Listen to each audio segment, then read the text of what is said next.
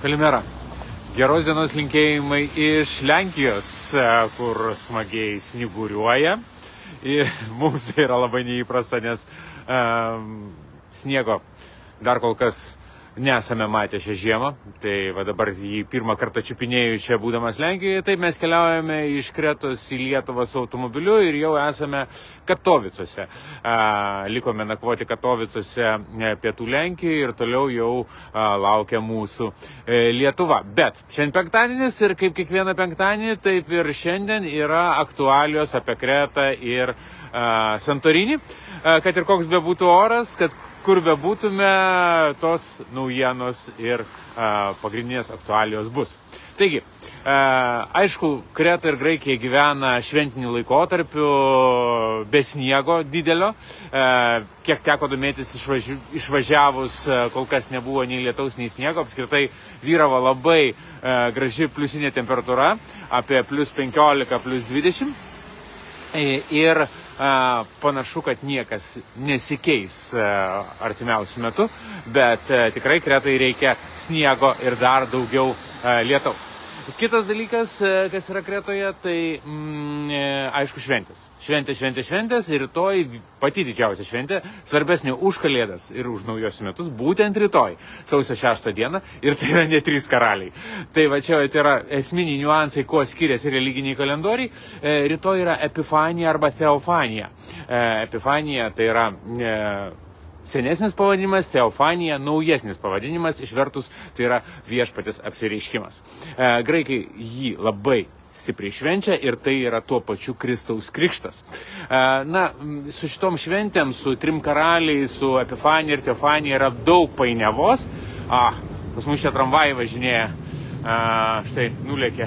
Šiaip mes šiuo metu Katovicuose esam prie ekonomikos universiteto. Taip jau mūsų likimas atvedė čionai Lenkijai, bet grįžtų prie pasakojimo apie šventes, apie Epifaniją ir Theofaniją. Tai esmė yra ta, kad tai yra labai sena šventė. Realiai jinai krikščionių švenčiama nuo 2 amžiaus, dar anksčiau negu galima įsivaizduoti, nuo 2 amžiaus. Kalėdos pradėtos švęstis gerokai vėliau, 5 amžiui. Kalėdos atskirtos vienu metu nuo 2 amžiaus, kai jau įsitvirtino po truputį krikščionybė, vienu metu buvo švenčiamos 3 šventės, būtent visos 3. Tai yra Kalėdos, ne Kalėdos, vadinkime Kristaus gimimas, tada viešpaties apsireiškimas ir Kristaus krikštas. 3 šventės, kurios buvo švenčiamos vienu metu. Ir tai buvo sausio 6. Taip. Viskas pasikeitė būtent 451 metais, 5 amžiuje, kai vis dar iki to laiko pagonys negalėjo pamiršti pagoniškų šaknų, netgi ir turintis krikščionis negalėjo niekaip pamiršti Saulės dievo Helijo šventės, kuri bus švenčiama gruodžio 25 dieną. Kai grįžta Saulė, kai yra saulėgrįža. Ir tada bažnyčios hierarchai nusprendė, kad Kristaus gimimą reikia perkelti į gruodžio 25. Nuo tada prasidėjo Kalėdų šventimas, ne anksčiau. Beje, vienintelė armėnų apaštališkoji bažnyčia visas 3 šventes švenčia sausio 6, netgi iki šiol. Ir Kristaus gimimą, ir Kristaus krikštą, ir būtent viešpaties apreiškimą, kaip mes sakom, 3 karaliai. 3 karalių šventė yra apskritai nesena.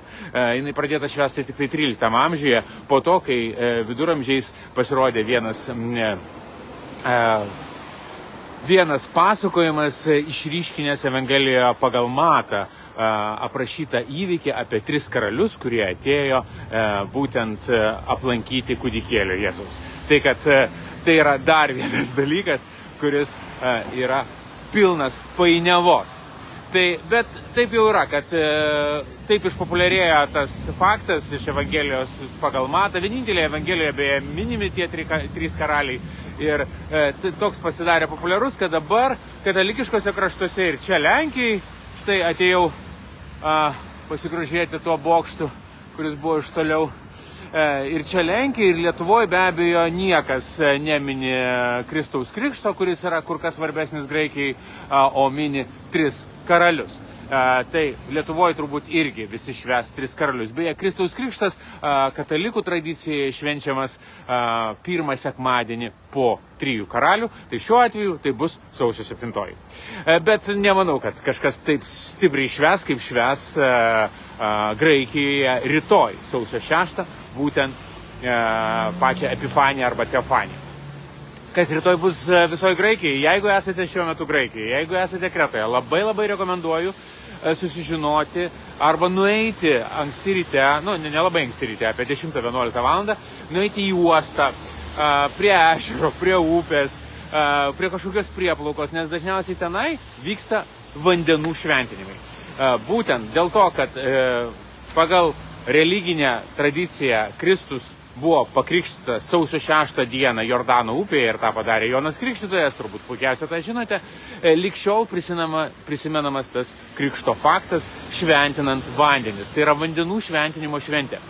Ir būtent šiandien visi tikintieji šoks į kad ir kokios temperatūros bebūtų vanduo, aišku, jis nebus labai šaltas, jūroje Kretoje šiuo metu turėtų būti apie +15, +16 ir būtent šoks į tą šventą vandenį pasišventinti visiems metams. Labai graži, labai sena, labai daug prasmių turinti šventė ir galbūt ir jūs Lietuvoje nuspręsite pasišventinti ir iššokti į kažkokį ledinį vandenį. Įsivaizduoju, Lietuvoje yra kur kas šalčiau negu Katovicuose. Čia kol kas aš vaikštau dar be pirštinių, štai matot, rankos be pirštinių, bet Lietuvoje, man atrodo, jų prireiks, ar ne? Ok, tai štai kokia yra svarbi šventė rytoj, būtent visiems graikams ir jinai bus švenčiama labai stipriai. Beje, pats žodis Teofanija išvertus yra viešpatės apreiškimas arba viešpatės pasirodymas. Žodis yra labai senas, nes dar antikos laikais prieš krikščionybę, prieš Kristų, buvo švenčiamos teofanijos, nes Olimpo dievai vis pasirodydavo žmonėms, jie būdavo tarp žmonių, jei skaitote Iliadą, Odisėją, turbūt matot, kad ten visada dalyvauja dievai, tai ir jie būdavo tarp žmonių ir tie teofanijų šventimai buvo labai dažni. Beje, per juos dažniausiai plaudavo skulptūras, dievų skulptūras. Ir netgi viename veikale yra aprašytas, istoriniam veikale aprašytas labai įdomus Atėnės kultūros plovimas, kaip ją plaudavo, kaip stengdavosi nenuplauti dažų. Čia dar vienas įdomus faktas, kad visi įsivaizduoja, kad graikiškos skulptūros yra balto marmulo. Ne balto, taip iš balto marmuro, bet jos visada buvo dažytos, jos buvo spalvotos. Ir tas spalvas tiesiog laikas nuplovė, o paskui nuplovė istorikai, archeologai, kurie nusprendė, kad tai yra negražu ir išvalė ir viskas tapo balta. Tai va čia dar visas Partenonas Akropolėje buvo spalvotas. Viskas buvo spalvota, žmonės žinojo dažus. Tai va čia dar tokie niuansai, kuriuos reikėtų įsidėmėti, domintis graikišką istoriją ir būtent antikos istoriją. Ok, užsišnekėjau. Tai šventė rytoj sausio 6 ir dar vienas faktas iš Kretos, kurį sužinojau iš spaudos, kad laukiame Kretoje svečiuose JAV valstybės sekretoriaus Antony Blinkeno. Jis atvyksta į Chaniją, kadangi Chanijai šiuo metu prišvartuotas lėktuvnešis Sūdos uoste, prišvartuotas lėktuvnešis Gerald Ford, būtent greičiausiai jame arba prie jo jisai susitiks su Graikijos premjeru Kyriaku Mitsotakiu. Tai toksai aukšto rango svečias, beje, ne pirmą kartą Kretoje, nes Mitsotakis mėgsta Chanijai padaryti tokius susitikimus su aukšto rango svečiais, juolab, kad pats Mitsotakis yra kilęs iš Chanijos, iš Kretos. Tai dar viena tokia naujiena. Na, o kol kas tylu ramu dėl turizmo. Visi gal jau po truputį pradės ruoštis turizmo sezonui, juolab, kad po sausio 6-osios baigėsi šventinis laikotarpis, nes patikėkit, iki sausio 6, iki rytdienos daugelis kretiečių ir graikų ilsisi. Tiesiog tai yra šventinis laikotarpis, juolab, kad rytoj yra labai svarbi šventė, kaip ir sakiau, ir ją labiau švęs negu Kalėdas. Tiek naujienų iš Kretos, o mūsų kelionė tęsis link Lietuvos. Mes pravažiavom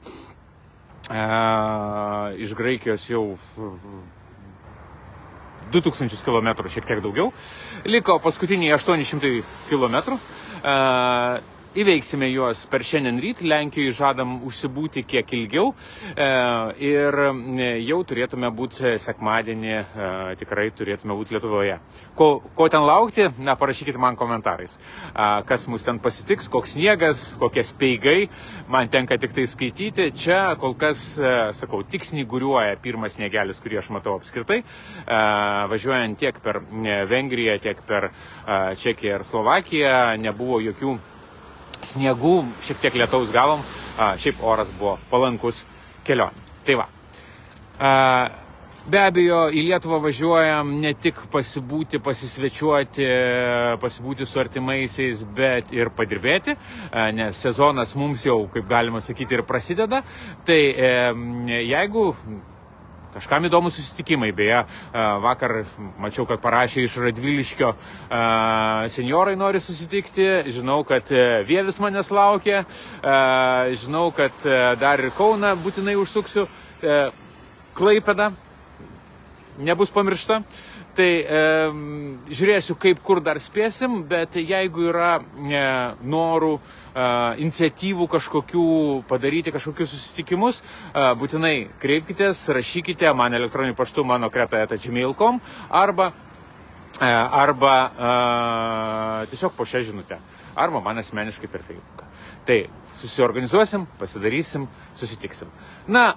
O jeigu yra klausimų dėl atostogų, o jų jau daugėja ir labai džiugu, kad kreipiatės iš anksto, aš visada sakau, kad reikia kreiptis iš anksto, tai jei yra klausimų, taip pat rašykite mano kreta@gmail.com ir arba po šią žinutę, arba per Facebooką, arba tiesiog susiskambinsim, pasikalbėsim, nes jau daugam sakau, kam reikia konsultacijų, nes tų konsultacijų matau, kad reikia, tiesiog geriausia būna susiskambinti ir pakalbėti žodžiu. Tai tą darysim jau, kai būsim Lietuvoje. Tai po sausio 7, tai yra sausio 7 ir 8, net ir sekmadieniais bendrausim. Viskas tvarkoja. Tai štai, taip atrodo Katovicai. Dar kartelį galiu apversti kamerą. Pasižiūrėkite. Miestas kaip miestas. Gana svetingai mus pasitiko. Apsiniaukęs. Jau ir sniegas baigėsi. Galima ir kapišoną nusimti. Kol šnekėjau. Gražaus jums savaitgalio, gražios šventės rytoj, kas švęs Tris karalius arba Teofaniją arba Epifaniją. Ir netrukus jau pasimatysime šitokiose transliacijose kiekvieną penktadienį iš Lietuvos. Sėkmės, iki.